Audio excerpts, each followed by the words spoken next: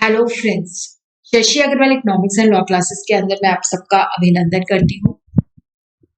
आज का जो हमारा सब्जेक्ट है बिजनेस लॉ, जिसके अंदर हम लोग कर रहे हैं फैक्ट्री एक्ट 1948। तो फैक्ट्री का मतलब क्या है, फैक्ट्री की डेफिनेशन क्या है, उसको समझेंगे। अगर आपको मेरा ये एफर्ट सही लगता है तो डू लाइक माय वीडियो, इसको शेयर कीजिए, कमेंट कीजिए और मेरे channel Shashi Agarwal economics and law classes को सब्सक्राइब कीजिए। तो सबसे पहले हम देखते हैं फैक्ट्री की डेफिनेशन या फैक्ट्री का मतलब क्या है, जिसको section 2M of the factory act जो है डिफाइन करता है। फैक्ट्री का मतलब है एनी प्रेमिसेस। देखो, जब हम प्रेमिसेस की बात करते हैं तो ओपन लैंड आ जाती है और लैंड अलॉन्ग विद बिल्डिंग आ जाती है या सिर्फ बिल्डिंग आ सकती है।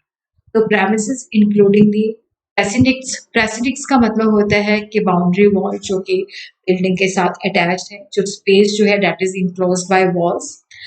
तो यहाँ पे मतलब फैक्ट्री मीन्स एनी प्रेमिसेस जिसके अंदर प्रेसिडिक्स भी इंक्लूड हो सकते हैं।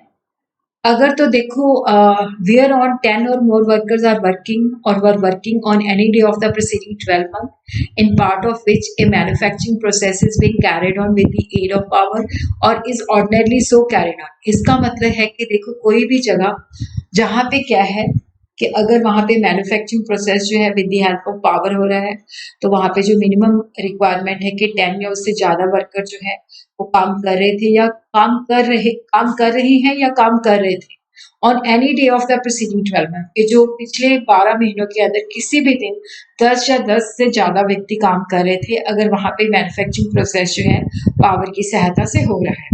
या अगर वो पावर की सहायता से नहीं हो रहा है तो वहां पे मिनिमम 20 या मोर वर्कर जो है they are working on any day of the preceding 12 month in any part of which a manufacturing process is being carried on without the aid of power or is ordinarily so carried on.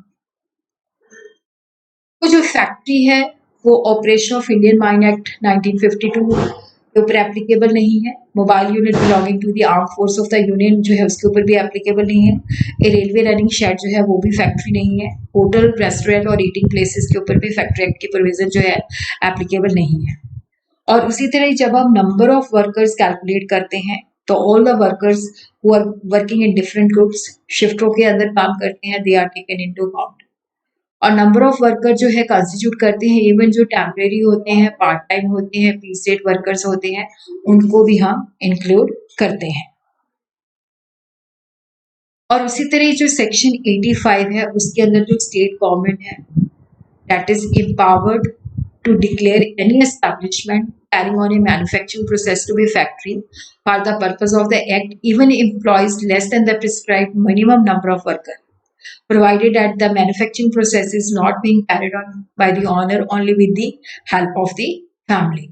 देखो, जो state government है उसके पास ये power है, वो declare कर सकती है किसी भी एस्टैब्लिशमेंट को फैक्ट्री डिक्लेयर कर सकती है अगर वो मैन्युफैक्चरिंग प्रोसेस कैरी ऑन करती है। बट उसके अंदर क्या है कि मिनिमम नंबर ऑफ वर्कर जो है जितने प्रिस्क्राइब किए गए हैं उतने एम्प्लॉयज नहीं करती। बट शर्त ये है कि वहाँ पे मैन्युफैक्चरिंग प्रोसेस होना चाहिए और मैन्युफैक्चरिंग प्रोसेस जो है ऑनर अपनी फैमिली के साथ कैरिड ऑन नहीं करता होना चाहिए। तो स्टेट गवर्नमेंट के पास ये अथॉरिटी है, किसी भी एस्टैब्लिशमेंट को वो मैन्युफैक्चरिंग प्रोसेस को फैक्ट्री डिक्लेयर कर सकती है, चाहे वो prescribed minimum number of worker जो है उसको एम्प्लॉय नहीं करती। बट वहां पे मैन्युफैक्चरिंग प्रोसेस जो है ऑनर जो है अपनी फैमिली के साथ कैरिड ऑन नहीं करता होना चाहिए। तो जो टेस्ट है कि ये एक फैक्ट्री है तो फैक्ट्री देखो प्रेमिसेस होना चाहिए या इंक्लूडिंग प्रेसिनिक्स, और वहां पे मैन्युफैक्चरिंग प्रोसेस होनी चाहिए। और अगर तो देखो वहां पे पावर यूज होती है तो 10 वर्कर्स होने चाहिए, अगर पावर नहीं है तो 20। और उसी तरह क्या है कि it is sufficient if the prescribed number of worker they are employed on any day किसी भी दिन प्रीसीडिंग 12 मंथ्स के अंदर वो एम्प्लॉयमेंट है।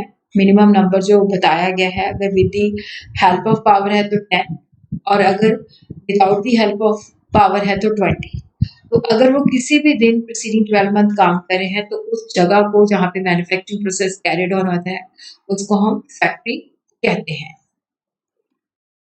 और उसी तरह देखो, जो स्टेट गवर्नमेंट है वो डिफरेंट डिपार्टमेंट को फैक्ट्री डिक्लेयर कर सकती है या दो से ज्यादा को एक सिंगल फैक्ट्री डिक्लेयर कर सकती है।